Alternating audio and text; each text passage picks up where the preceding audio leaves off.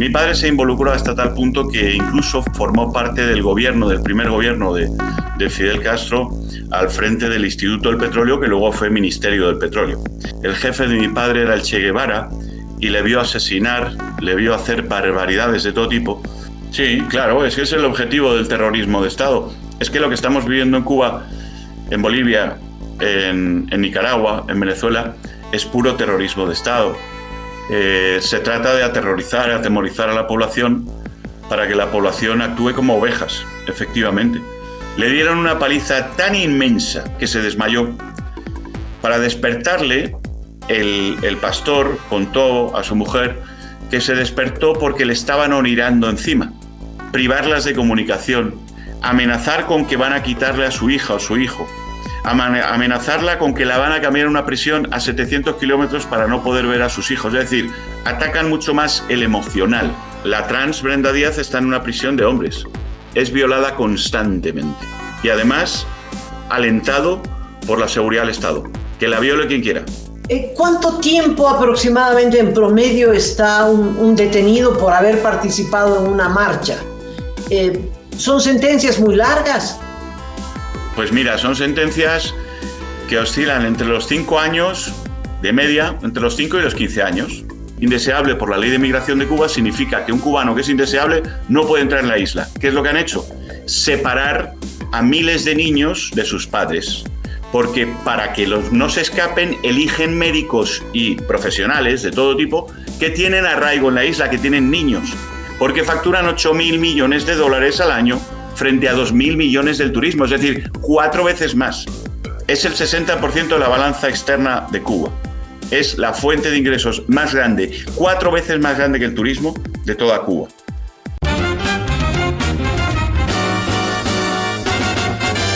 Esto es Cabildeo Digital.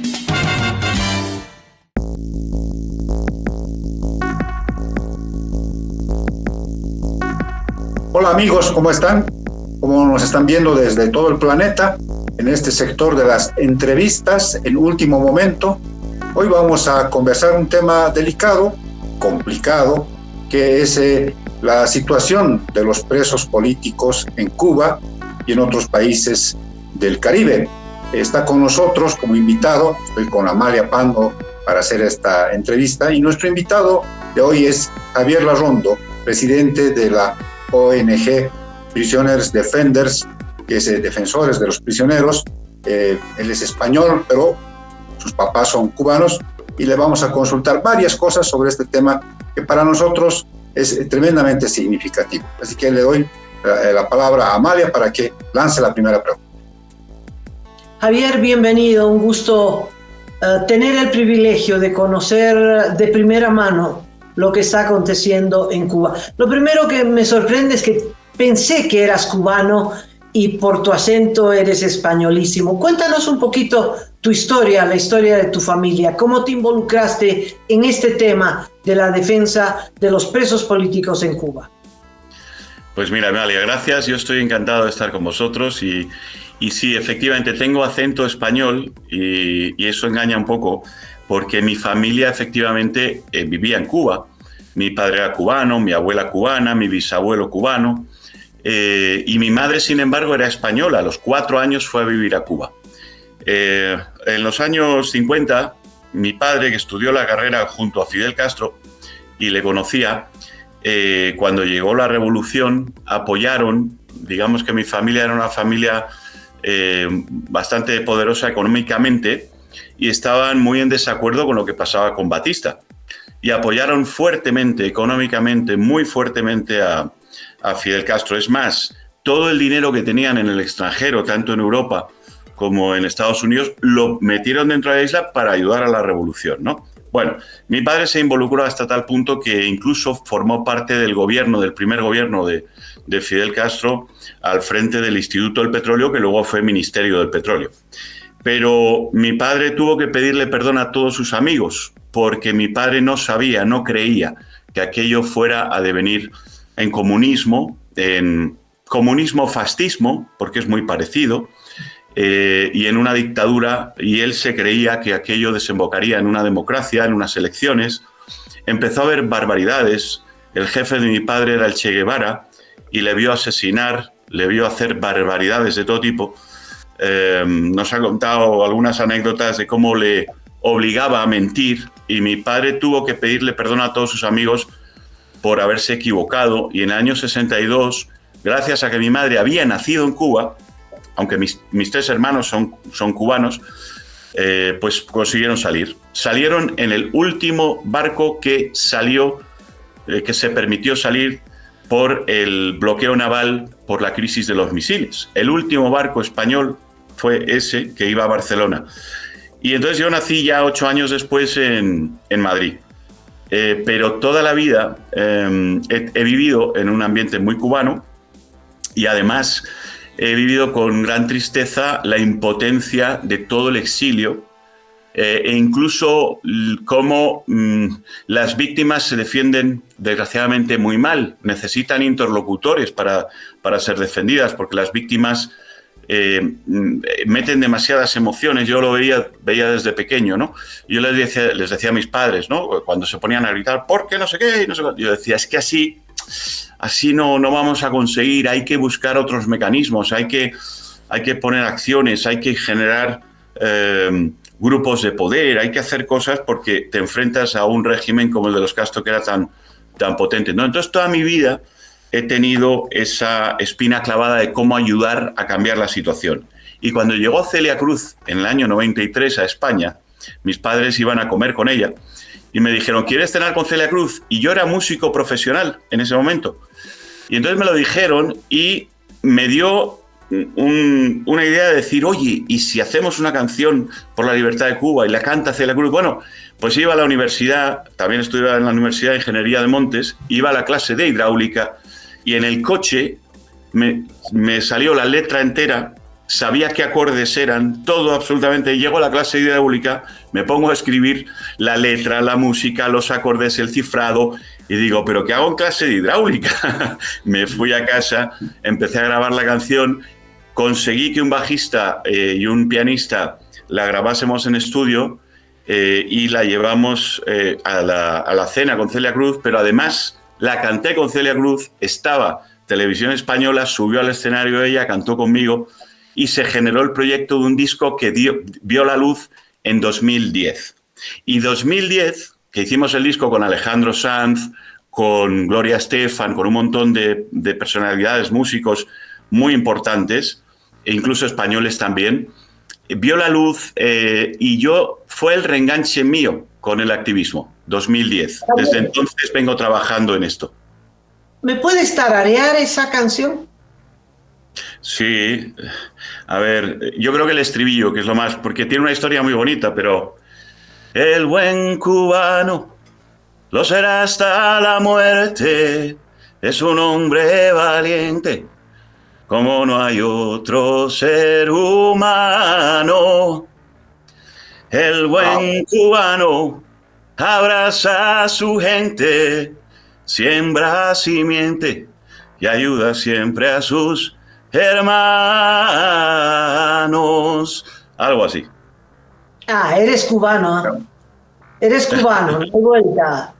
Bueno, y pasaron los años, Javier, y bueno, estamos en 65 años de la Revolución, hay una hambruna horrible, y bueno, hace 2 años hubo este levantamiento popular pidiendo pan, pero también libertad, y después de eso se sofocó con presos políticos. Por favor, cuéntame. Bueno, vamos a ver, ahora la situación de Cuba es muy trágica, por muchos motivos. Siempre lo ha sido, cuidado.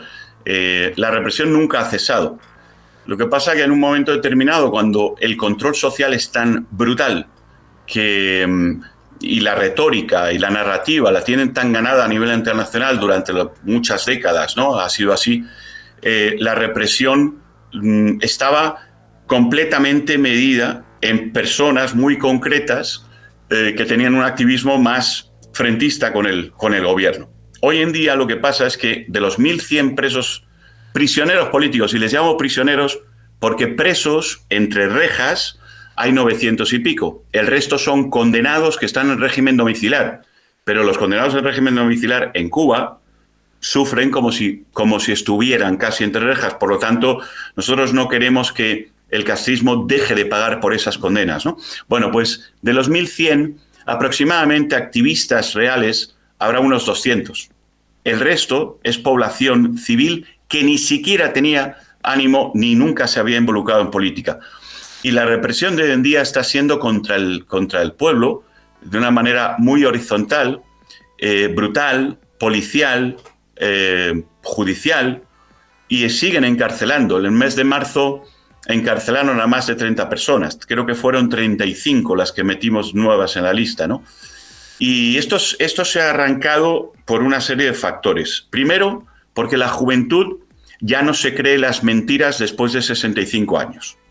Digamos que por unas razones que son largas de explicar, pero que se pueden entender, los mayores habían ya tragado con el sistema y de alguna manera, incluso si estaban en contra del sistema, era difícil que salieran. Pero los jóvenes han empujado fuerte desde 2019, prácticamente 2020, ¿no? Han creado movimientos artísticos, contestatarios, y han tenido una pujanza muy fuerte.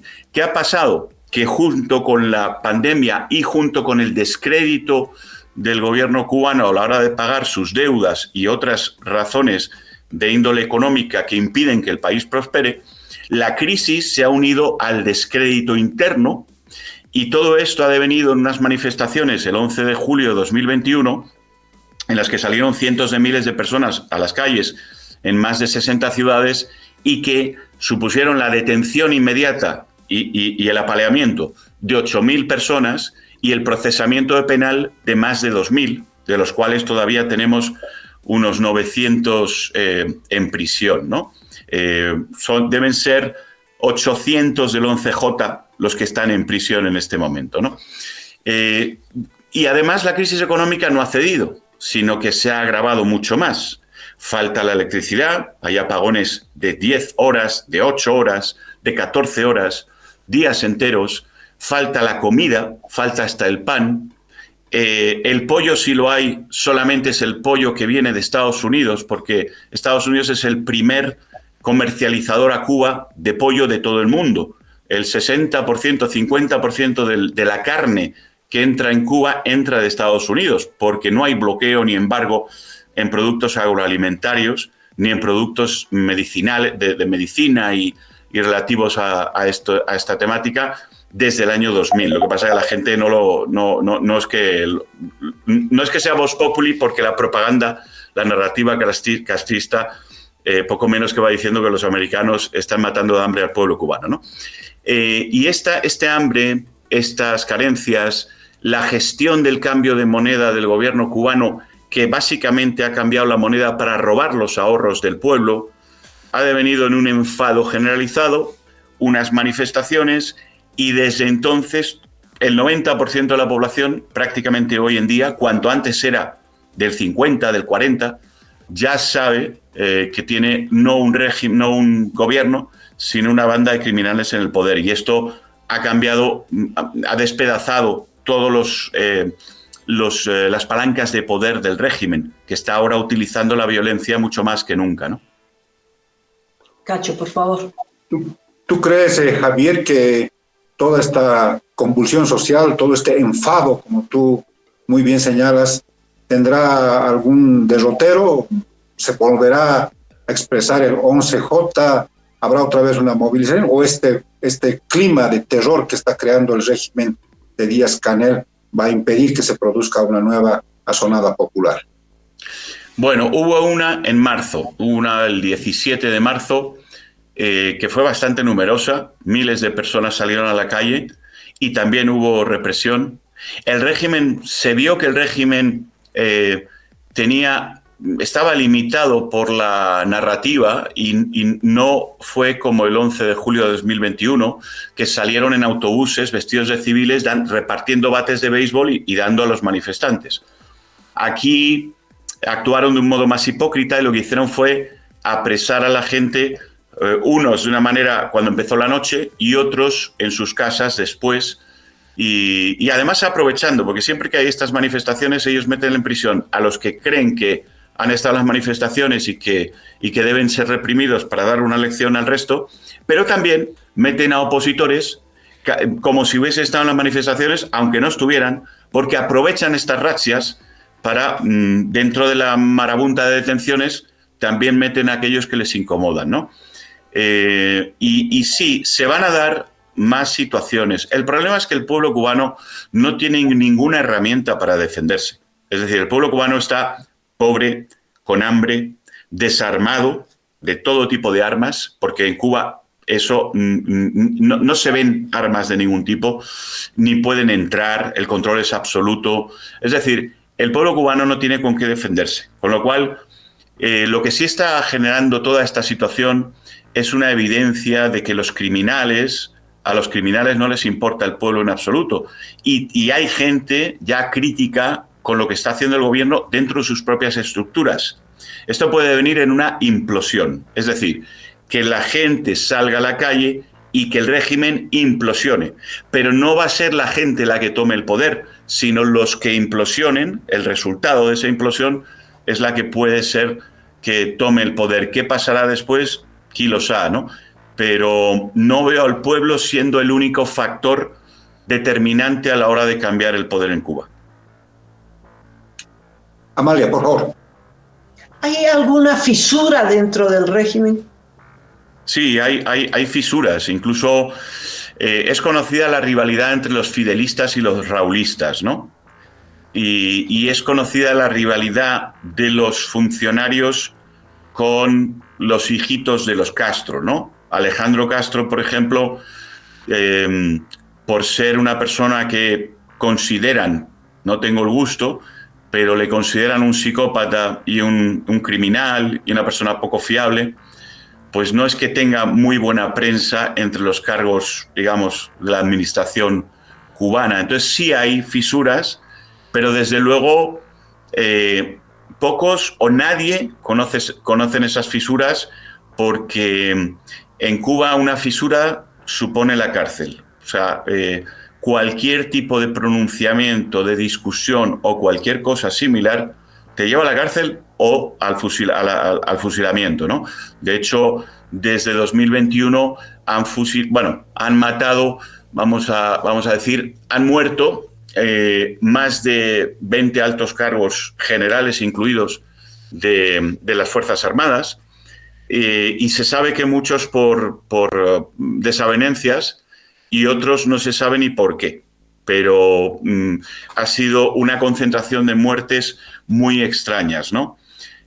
Claro, en estos regímenes, si la revuelta que se produzca no tiene éxito, lo que sirve es para afianzar al régimen, porque sirve para identificar a todos aquellos desafectos, y a todos aquellos desafectos o los matan o entran en prisión. Y por lo tanto, si hay una implosión, o es exitosa o tenemos otra época de régimen afianzado, ¿no? Es una situación muy delicada. ¿Te acuerdas el fusilamiento de este general acusado de narcotráfico? Ochoa parece que era. Ochoa, ¿no? Ochoa. Sí. ¿No te parece que ese fue un punto de inflexión? Hasta ese momento, artistas, intelectualidad, ¿quién no apoyaba al régimen de Cuba, no? El rol de Gabriel García Márquez, que terminó silenciado, no criticó, no se animó a criticar, aunque le dolió el fusilamiento de Ochoa. Hoy ha cambiado esta situación. ¿Cómo la intelectualidad, los artistas? Yo veo esa camada de artistas maravillosos que han nacido bajo el régimen, esta canción brutal que sacaron, que estremece el oírla, ¿no?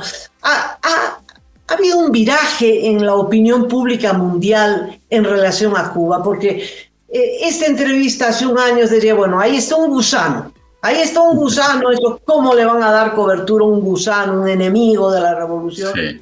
Pues hoy resulta que hay más accesibilidad, me parece, a las denuncias contra el régimen, ¿o me equivoco, por favor?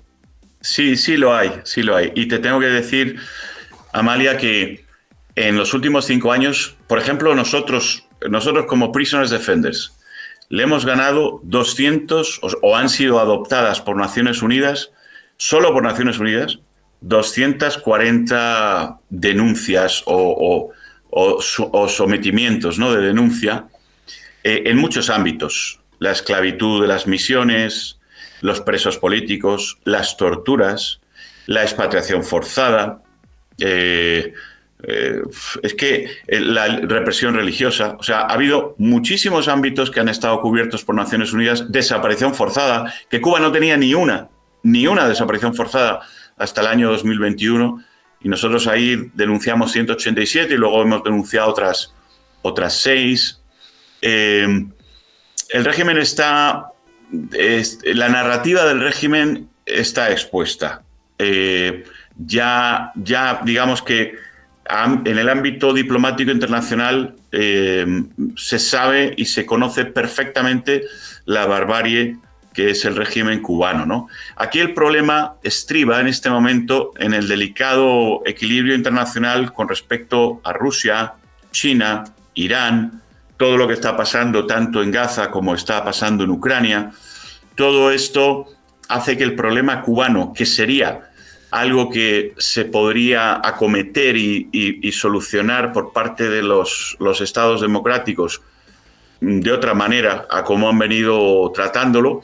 Sin embargo, ahora está en stand-by porque no quieren meter otra disfunción más en la geopolítica internacional.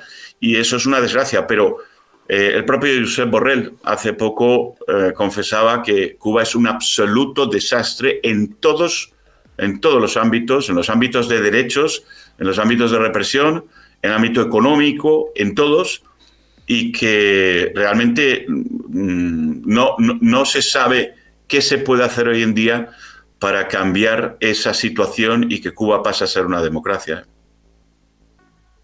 Ya entrando al despliegue, a las acciones que realiza la ONG que tú presides, ¿cuál es el trato que se da a los presos políticos en Cuba? Cuéntanos, quizás con algún detalle, cuáles son los grados de estas condiciones casi abominables que viven los presos políticos en la isla. Sí.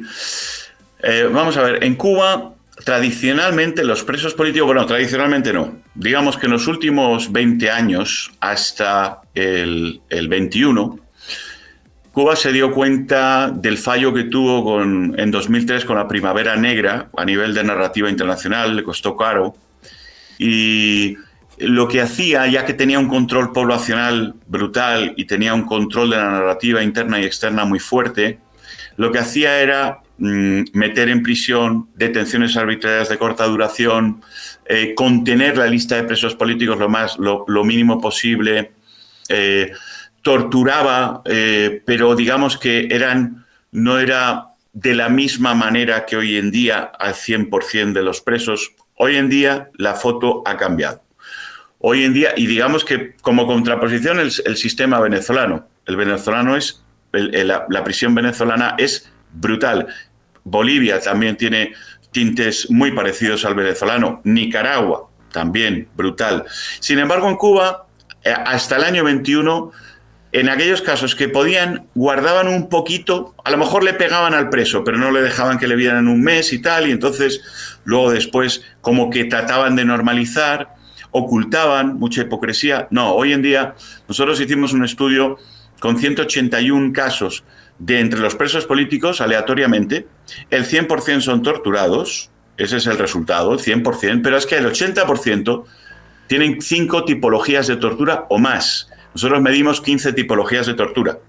Privación de la atención médica, el 100%, ninguno, porque salió que el 76% no tenía atención médica.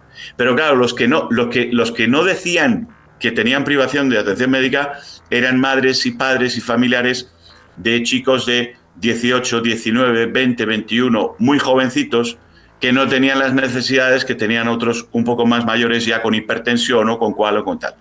El uso de la temperatura como forma de tortura también en torno al 40%. Las celdas de confinamiento en torno al 60%. Las palizas en torno al 60%. O sea, todos tienen diferentes tipologías, incluso las mujeres, con respecto a los jóvenes, con respecto a los niños. A los niños les atacan el físico, les dan de golpes, les insultan, les vejan. A las mujeres, por ejemplo, lo que hacen es privarlas de comunicación, amenazar con que van a quitarle a su hija o su hijo, amenazarla con que la van a cambiar a una prisión a 700 kilómetros para no poder ver a sus hijos. Es decir, atacan mucho más el emocional, ¿eh? Pero al fin y al cabo son diferentes técnicas mucho más sutiles que las venezolanas o las de Luis Arce o las de Nicaragua, pero no dejan de ser torturas y son generalizadas y en algunos casos son absolutamente brutales. En algunos diría más que en algunos, en un porcentaje de en torno al 25% de ellos son torturas absolutamente brutales, porque se les ha ido la mano, porque realmente están los funcionarios totalmente,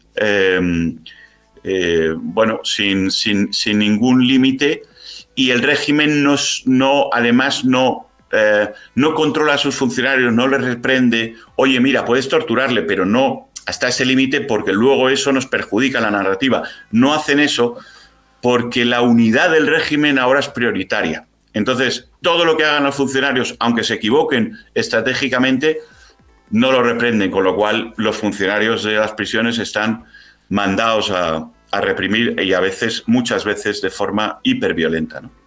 Cuando dices brutales, ¿qué quieres decir?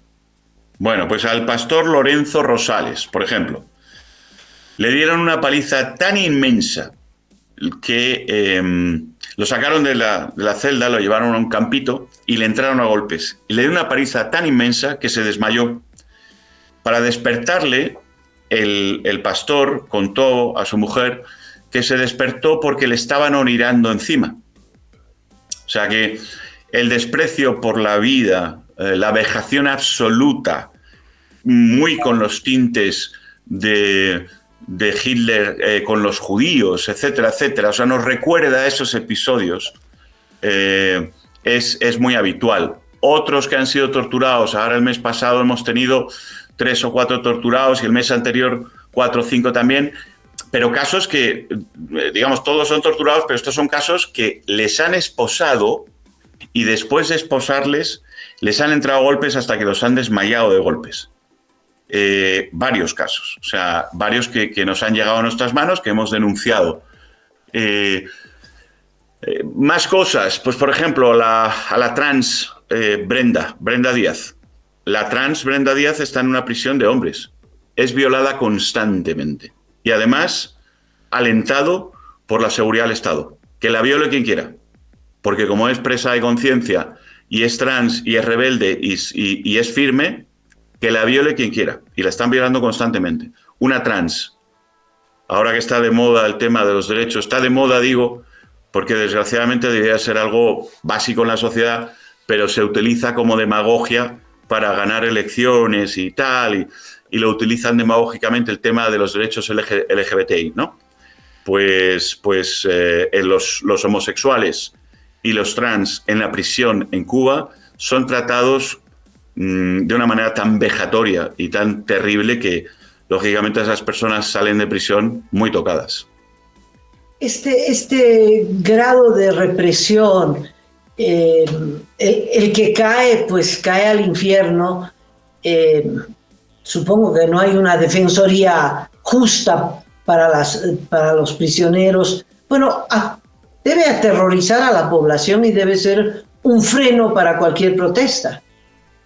Sí, claro, ese es el objetivo del terrorismo de Estado. Es que lo que estamos viviendo en Cuba, en Bolivia, en Nicaragua, en Venezuela, es puro terrorismo de Estado. Se trata de atemorizar a la población para que la población actúe como ovejas, efectivamente. Todo lo que...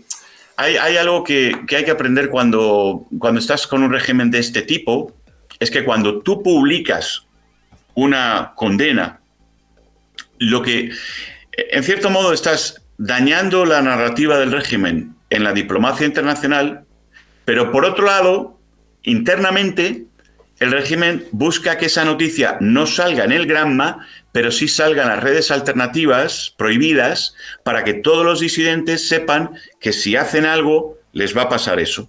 Entonces, cuando te sientes denunciando, a veces tienes que medir en qué medio y en qué situación y cómo vas a denunciar, porque una parte de esa denuncia va a servir para el terrorismo de Estado. Está en línea con lo que ellos quieren, que se conozca, que si alguien sale a manifestarse le metemos 15 años de prisión. Bueno, pues eso lo ideal sería, digamos, para no hacerle un solo favor al régimen, que la CNN, el New York Times, El País, Deutsche Welle y otras, El Fígaro, publicasen eso, pero que no lo publicasen, digamos, que no le diéramos cabida demasiado en las redes sociales disidentes, etcétera. Pero eso tampoco tiene sentido. Es decir, es que el régimen siempre saca partido de esta política del terror en la difusión de lo que hace. Debe ser un trabajo gigantesco el que lleva adelante la ONG que diriges. ¿Cómo sistematizan, cómo encuentran estas evidencias, estos datos tan tremendos que nos estás contando? Y si la gente que trabaja contigo lo hace ad honorem o cómo se financia este trabajo de recopilación de estos casos de tortura. Sí, pues mira, Cacho, la forma en que trabajamos. Nosotros nos fundamos en 2018, empezamos a trabajar. Yo empecé a trabajar con José Daniel Ferrer, con una serie de disidentes de dentro de la isla, y poco a poco ese trabajo devino en una serie de documentación, de denuncias que eran muy prometedoras, y se me unieron también españoles que, pues bastante prominentes, como Blas Jesús Imbroda, que en ese momento era nada más y nada menos que presidente del Colegio de Abogados de la Corte Penal Internacional. Al principio, yo inicio esta labor, como os dije, yo hice un disco en 2010, eso me enganchó con las familias, empecé a hacer a mis amigos empresarios, yo había fundado empresas importantes, multinacionales, y a mis amigos conseguí pues ropa para los presos que salieron de la Primavera Negra y estaban en España, regalos de juguetes para los niños y tal. Todo eso me llevó a irme enganchando cada vez más. Yo estuve trabajando con Osvaldo Payá, con José Daniel Ferrer, le ayudé a fundar la UNPACU y tal. En el año 2018 yo ceso un trabajo que tenía en una multinacional muy importante, además con un dinero importante. Y entonces me veo con dinero en el banco y digo a mis hijos, oye, me voy a dar un año, pero esta vez no voy a trabajar 4 horas al día cuando llego del trabajo y tal. Ahora lo voy a hacer 24 horas. Vamos a ver si hacemos algo por Cuba. Y empecé con mis fondos. Yo tenía 200.000 euros en el banco en ese momento y me lo gasté completo. Entonces, cuando llegó el final, 1 año y medio después, que yo no lo creé para continuar, sino lo hice a fondo perdido y además con muy poca conciencia de lo que era mi seguridad económica incluso. De repente me llaman en verano, estaba con mis hijos y me llaman y me dice un pastor de Miami que él tiene un fondito, que él me puede ayudar, que no sé qué. Y dije, salvados por la campana. Entonces, desde entonces hemos estado salvados por la campana. Ahora tenemos el apoyo del gobierno checo, hemos tenido el apoyo de fondos suecos, hemos tenido el apoyo de diferentes pequeños fondos y ayudas que nos han permitido seguir adelante cuando yo, el fundador, ya estaba pensando hasta cómo pagar mi hipoteca, ¿no? O sea que así es como nos financiamos. Presentamos proyectos a ONGs y organismos que disponen de fondos. Nosotros presentamos los proyectos que queremos hacer y si les parece que sí nos quieren financiar, fenomenal. Lo que no acepto ni aceptaré jamás es dinero a cambio de que haga lo que tú quieras que yo haga. Jamás. Es más, en el momento que me otorgas los fondos, no me pidas nada más que te cumpla lo que yo te dije que te iba a hacer o lo que iba a hacer. Pero ni una cosa más. Ni admito injerencias en el trabajo. Sugerencias sí, pero injerencias no admito. Es decir, actuamos de una forma muy independiente y yo tengo mucho carácter porque he dirigido multinacionales y no necesito rendir pleitesía a nadie, ni tengo miedo a la vida, ni nada, ¿no? Entonces, la otra es el trabajo que desarrollamos. Nosotros somos Blas Jesús Imbroda, director jurídico, Karen Herrera, que es la directora legal y de procedimientos, 4 juristas más españoles, todos ellos son españoles. Karen, de hecho, es colombiana, trabajaba en la Fiscalía de Colombia, Fiscalía General de Colombia. 4 Javier, juristas. Sí. ¿en Cuba es posible tener abogados que defiendan a los presos, a los detenidos políticos? Esa es muy interesante, esa pregunta, Amalia, porque en Cuba no hay abogados. Es decir, un abogado defensor, para serlo en el sistema internacional, tiene que ser independiente. En Cuba todos los abogados dependen del Ministerio de Justicia. Entonces, Naciones Unidas ya ha dictaminado en muchas ocasiones que esos abogados no permiten el debido proceso y, por lo tanto, es una falta al debido proceso. Y muchas condenas del grupo de detención arbitraria lo han sido por varios factores. Y uno de ellos es la falta de defensa independiente, que es lo mismo que la falta de defensa. Y, de hecho, lo ves en los casos. Porque los propios abogados proponen culpabilidades tan grandes a veces como el fiscal. E incluso el acusado declara que es inocente y el juez, en sus hechos probados y en sus considerandos, dictamina que no, realmente estaba mintiendo, porque hasta el propio abogado ha dicho que sí, que le imputen el desacato y el atentado, ¿no? Es vergonzoso el tema de los abogados en Cuba.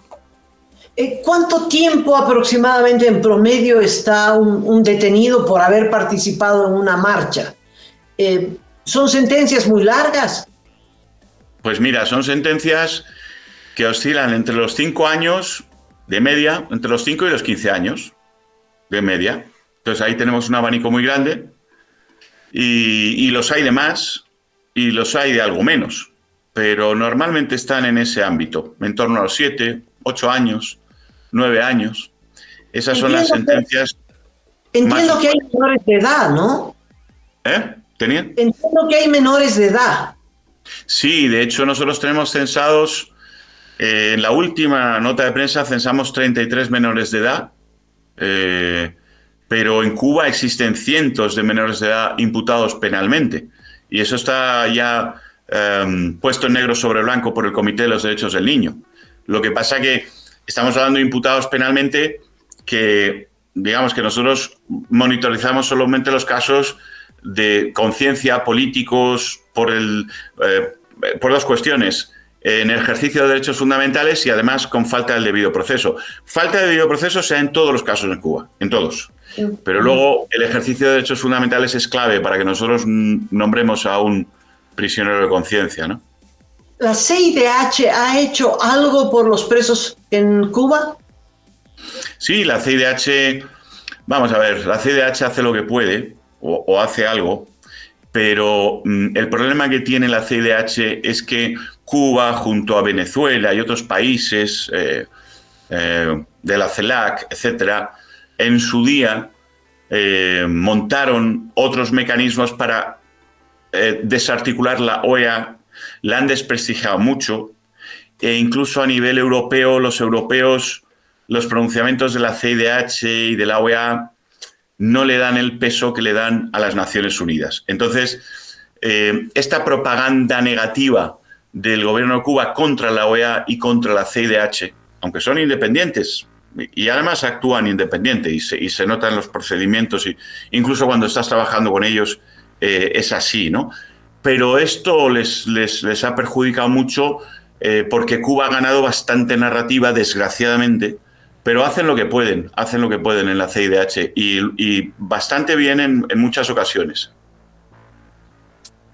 Hay otro grupo grande de agredidos por el régimen cubano, que son los médicos, este ejército de gente que sale a los países a desplegar lo que han aprendido en la isla, y son una especie de fuente de remesas para el gobierno, para el régimen cubano. Recientemente la Cámara de Diputados de España, a iniciativa de la ONG que tú diriges, ha emitido una resolución de condena a esto que se ha denominado como una especie de esclavitud moderna, de tener como una especie de esclavos a estos médicos en Cuba. Cuéntanos, por favor, Javier, cómo es esta situación, cómo el régimen se aprovecha de estos médicos que salen de la isla. Bueno, pues mira, Cacho, en primer lugar son los médicos, pero también los marinos, los ingenieros, los arquitectos, los profesores, los artistas que salen de Cuba a dar conciertos en las mismas condiciones. O sea, todos los profesionales de Cuba que salen con permiso del gobierno para hacer actividades económicas fuera, lo hacen bajo este marco. Le llaman misión estatal, aunque des un concierto o aunque seas un camarero de MSC Cruceros. Le llaman misión estatal. Y el artículo 176 del Código Penal dice que si dejas el trabajo en el exterior, ya seas empleado o funcionario, no habla de militares, inmediatamente tienes una pena de 8 hasta 8 años de prisión. Esto no es fidelizar, no es retener la plantilla, no. Esto es puro trabajo forzado.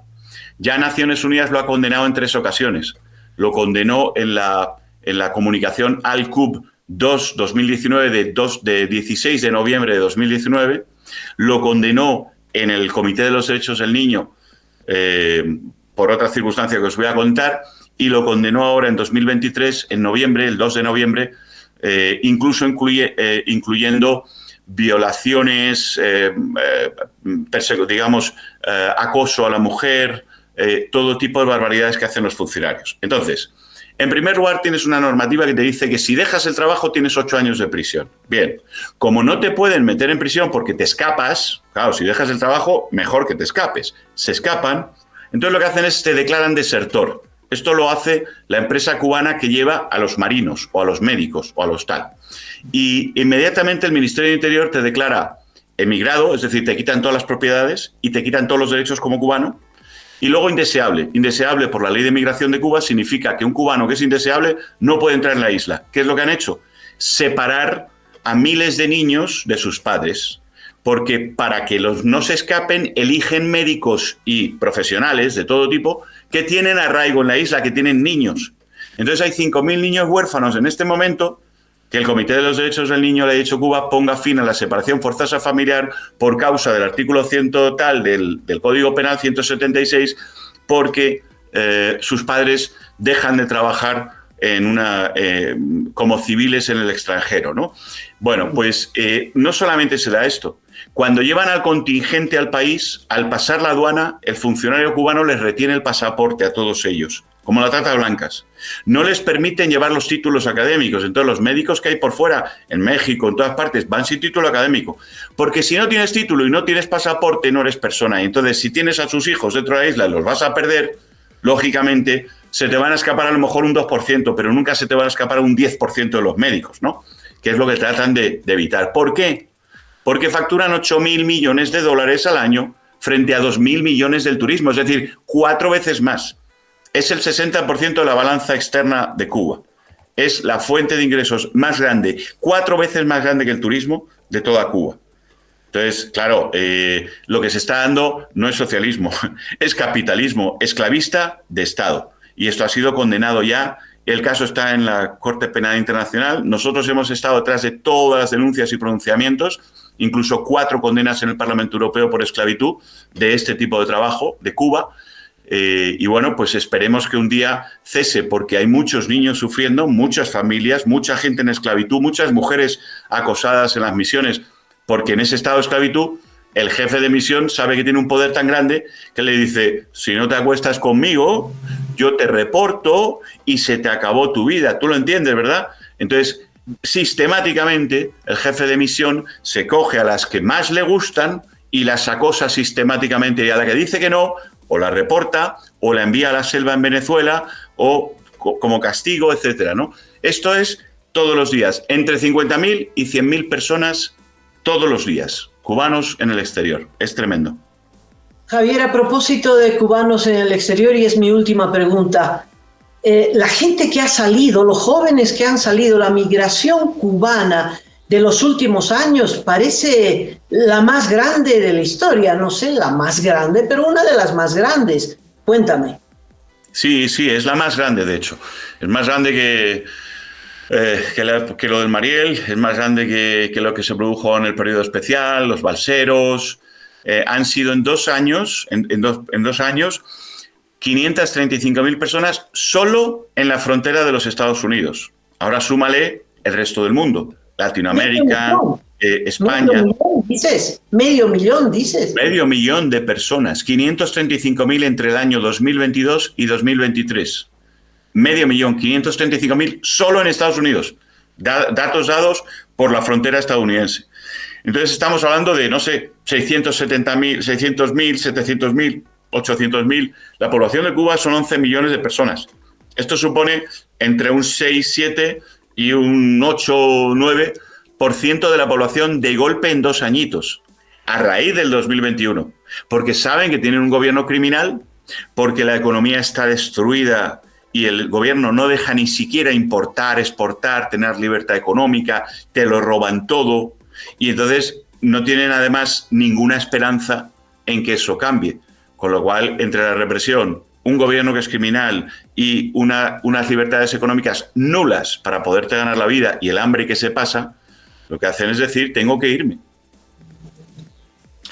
Muchísimas gracias, Javier. Un detalle que me quedó como una duda. Ahí se están sustanciando en este momento hechos concretos, casos concretos ante la Corte Penal Internacional. ¿De cuántos casos estamos hablando? Estamos hablando de la esclavitud de los trabajadores civiles en el exterior, que son de 50.000 a 100.000.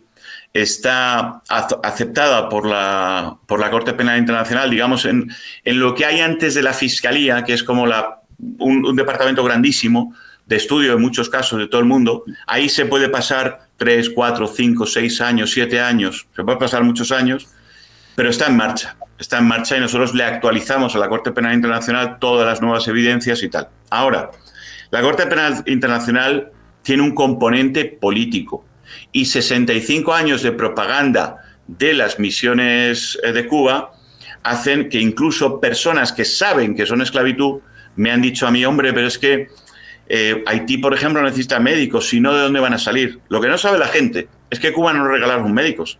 Haití no paga los médicos, pero los paga Noruega. Noruega le paga de $3.000 a $4.000 al mes a Cuba por cada médico, y Cuba le paga a los médicos $250. Así es como saca los ingresos, ¿no? Entonces, no echaríamos de menos a esos médicos esclavos por el mundo, porque los países, si no es el propio país, un tercero, está pagando un potosí por todo ello.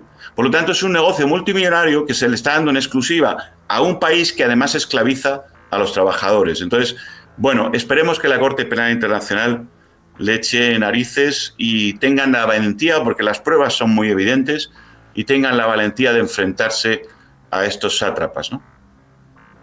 Javier, muchas gracias. Ha sido un honor escucharte y muchas gracias por este testimonio. Gracias, Amalia. Estaremos en contacto. Estaremos en contacto permanente para que nos vayas comentando cómo van todo este panorama tan trágico que nos has contado. Te agradecemos muchísimo y será hasta pronto. Cómo no, gracias. Muchas gracias a todos los amigos que nos han seguido y hasta la próxima entrevista de Último Momento.